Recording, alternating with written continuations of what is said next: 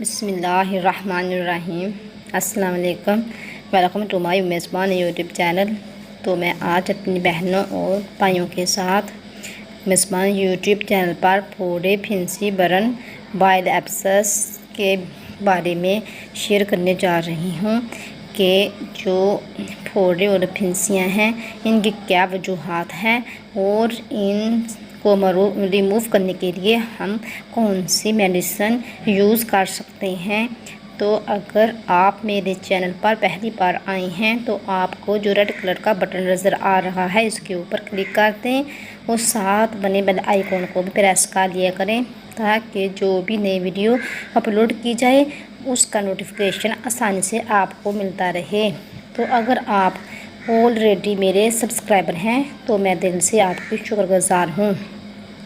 تو آج ہم اس ویڈیو میں پھوڑے، پھنسی، برن کے بارے میں ڈیٹیل سے جانیں گے۔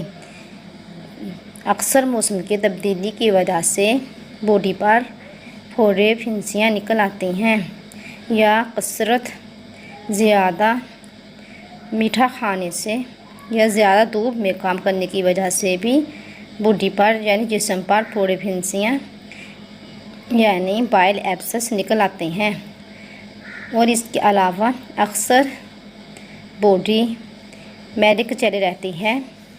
جسم میلک چلا رہنے کی وجہ سے بھی یا خون کی خرابی کی وجہ سے بھی یہ شکایت لاحق ہو سکتی ہے۔ یعنی اگر آپ کا جسم میلک چلا رہتا ہے یا آپ کے بلڈ میں کوئی خرابی ہے یعنی خون کی خرابی کی وجہ سے بھی جسم کے اوپر پھوڑے، پھنسیاں نکل آتی ہیں۔ اگر باڈی کے اوپر پھنسی نکل آئے تو پھنسی کی صورت میں جلد پر، جسم پر سوزش وغیرہ ہو جاتی ہے، بعض اوقات تو پی بھی پڑ جاتی ہے اور جسم میں پین وغیرہ شروع ہو جاتا ہے۔ یعنی پھوڑے، پھنسیاں نکلنے کی وجہ سے اس جگہ پین ہوتی رہتی ہے یعنی درد ہوتا رہتا ہے اور اس سے بہت تکلیف ہوتی ہے۔ تو میں آج آپ کے ساتھ پھوڑے، پھنسیوں سے نجات حاصل کرنے کے لیے ایک بہت ہی جناب حکیم حسن محمد قریشی صاحب یہ بٹالہ ہند کے رہنے والے ہیں، ان کا تجویز کیا ہوا بہت ہی زبردست میں آپ کے ساتھ طبی علاج شیئر کرنے جا رہی ہوں۔ اس لیے آپ سے میری ریکویسٹ ہے کہ آپ اس ویڈیو کو کمپلیٹلی اینڈ تک واچ کیجیے گا تاکہ آپ کی سمجھ میں یہ پورا جو طبی علاج ہے آ جائے۔ اس میں آپ نے چند چیزیں لینی ہیں، یہ زیادہ ڈیفیکلٹ نہیں ہے، آپ اسے آسانی سے کر سکتے ہیں۔ اگر آپ ایک بار کرو گے تو دوبارہ آپ کے یہ پھوڑے، پھنسیاں انشاءاللہ بفضلہ تعالیٰ دوبارہ نہیں آپ کی باڈی پر یہ پھوڑے، پھنسیاں نکلیں گے۔ اس میں آپ نے سندور 4 تولہ، روغن کنجد 10 تولہ یعنی پرانا گڑ 10 تولہ، نیلا تھوتھا 1 ماشا یہ آپ نے چیزیں لینی ہیں۔ سب سے پہلے آپ نے روغن کنجد کو کڑاہی میں ڈال کر خوب گرم کر لینا ہے۔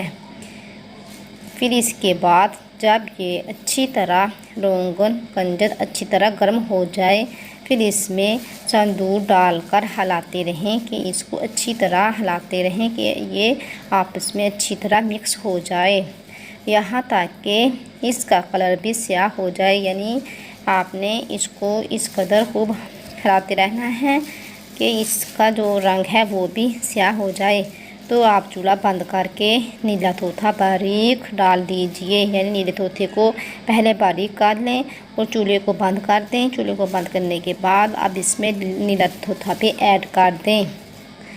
جب یہ آپ کی تیار کی ہوئی ریمیڈی ٹھنڈی ہو جائے تو ٹھنڈی ہونے کی صورت میں آپ اس کو کاٹن کی مدد سے یعنی کاٹن کے اوپر ڈالیں، ڈال کر جہاں آپ کے پھوڑا، پھنسی ہے اس جگہ لگا دیں۔